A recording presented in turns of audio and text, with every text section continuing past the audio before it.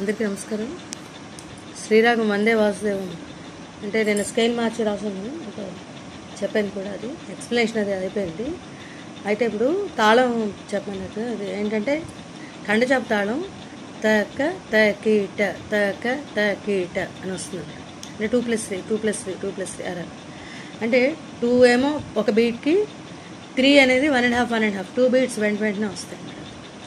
ఆ రకంగా వస్తుంది. తక తకీట తక తకీట ఆ రకంగా. సో కాబట్టి వందే అనేది ఒక ఆవృతానికి వస్తుంది. వాసుదేవం వందే వాసుదేవం శ్రీపతిం. వాసుదేవం అన్నప్పుడు వాకి ఫస్ట్ బీట్లో వాకి వస్తుంది ఫస్ట్ బీటు. సుదే అన్నది రెండు కూడా 2 బీట్స్కి వస్తుంది అన్నమాట. అందుకని ఆ రెండింటికి కూడా తాళం వస్తుంది. శ్రీపతిం వం తర్వాత శ్రీ అన్నది ఒక బీట్కి వస్తుంది. పతిం అన్నది ఆ 2 బీట్స్కి నెక్స్ట్ 2 బీట్స్కి వస్తుంది.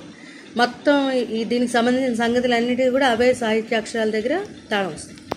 బృందారక దేశ వందిత పదాబ్జం.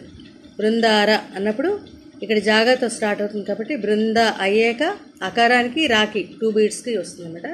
ముందర జాగా మీద మళ్ళీ తాళం వస్తుంది. కాధీస అందులో కూడా అంతే. వందిత పదాబ్జం అన్నప్పుడు వం ఫస్ట్ బీట్లోకి వస్తుంది. దీత అన్నప్పుడు 2 బీట్స్ వస్తాయి. పా కూడా దాంట్లోకి వెళ్తుంది.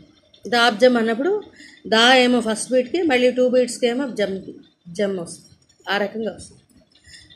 ఈ రకంగా బృందారకాదీస అన్న దానికి దానికి సంబంధించినంతా కూడా అక్కడే తాళం గుర్తులు వస్తుంది. సాహిత్యాక్షరాలు ఎక్కడైతే వస్తుందో తాళం, అదే ఎన్ని సంగతులు మారినా వేసినా కూడా అవే సాహిత్యాక్షరాల దగ్గర వస్తాయి. అంటే కొత్తగా నేర్చుకుంటున్నాను.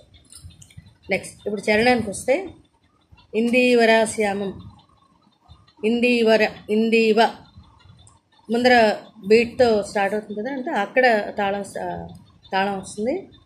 ఇందీవ రాశ్యామం అన్నప్పుడు రా ఫస్ట్ బీట్కి వస్తుంది. శ్యామం అనేది శాకి మాకి వస్తుంది అన్నమాట. తాళం 2 బీట్స్.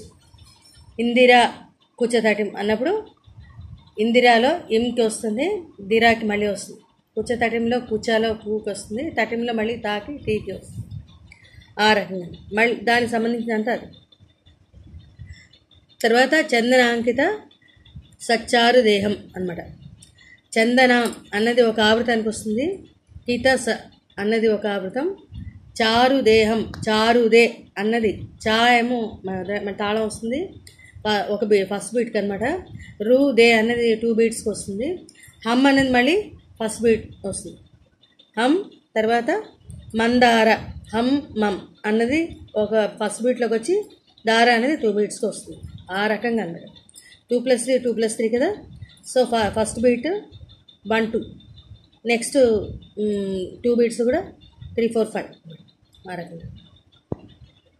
ఆ రకంగానే అలాగే వస్తుంది. మందార మాలిక మకుట సంశోభితం. దీంట్లో వచ్చే సంగతులన్నింటికీ కూడా అవే సాహిత్యాక్షరాల దగ్గర మళ్ళీ వస్తుంది. కందర్ప జనకం ఇక్కడ కూడా మళ్ళీ జాగాతో స్టార్ట్. జాగా మీదకి తాళం వస్తుంది. దర్ప అన్న రెండు వెంటనే 2 బీట్స్. మళ్ళీ జనకం జన అన్నది ఫస్ట్ బీట్లోకి, కమ్ అన్నది 2 బీట్స్కి వస్తుంది. అరవింద నాభం అర వింద అన్న దగ్గర అరకి మళ్ళీ వస్తుంది. విందాలో వీకి దాకి వస్తుంది. నాభం అన్నప్పుడు నాకి భాకి వీకి వస్తుంది. ఆ రకంగా వస్తుంది. ఇది ఖండచాప అంటే 5 అన్నమాట. నెంబర్ ఆఫ్ స్వరాస్ ఒక ఆవృతానికి 5 స్వరాస్. ఖండ అంటే 5 2+3. సో 2 ఏమో ఫస్ట్ బీట్కి, నెక్స్ట్ 2 బీట్స్కి 3 1.5 1.5 ఆ రకంగా వస్తుంది.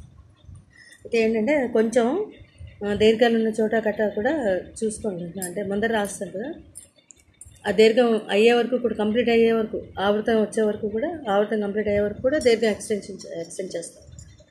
ఆ రకంగా వస్తుంది. అది చూసుకోండి. Thank you.